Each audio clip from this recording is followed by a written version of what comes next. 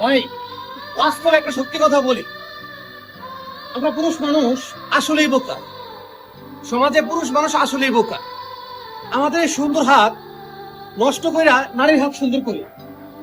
দিন শেষে ওই নারী বলে, কি করলে আমার জন্য?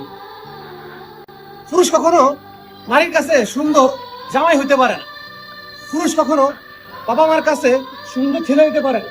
না ভাই, আমরা সমাজে পুরুষ সব জায়গায় অবহেলিত। যখন আপনার আছে, আপনি দিতে পারবেন, তখন আপনি ভালো বাবা মার কাছে, ভালো সন্তান। আপনি দিতে পারলে আপনার বউর কাছে ভালো স্বামী, সন্তানের কাছে বাবা বাবা ভালো। মানে দিতে পারলে সব জায়গায় আপনি ভালো, না দিতে পারলে কোনো জায়গায় আপনি ভালো না। আর দিতে পারলে সুনাম, আর না দিতে পারলেই বদ্ধ। বাস্তবতা এটাই যে পুরুষ কখনো কাউকে খুশি করতে পারে না। সব জায়গায় ঠকে আসছে, এখনো ঠকতেছে। কারণ পুরুষ কখনো কারো শখের মানুষ হতে পারে না। সবার জায়গায় শুধু প্রয়োজন আর প্রিয়জন। টাকা দিলে আপনি ভালো, না দিতে পারলে আপনার ভালো থাকার অপশন নাই। তা আমরা পুরুষরা সব জায়গায় ঠকতেছি। আমরা অনেক বোকা, তা আমরা নিজেরাও জানি। কিন্তু সমাজে এখন এই অবস্থা, কিছু আর করার নাই।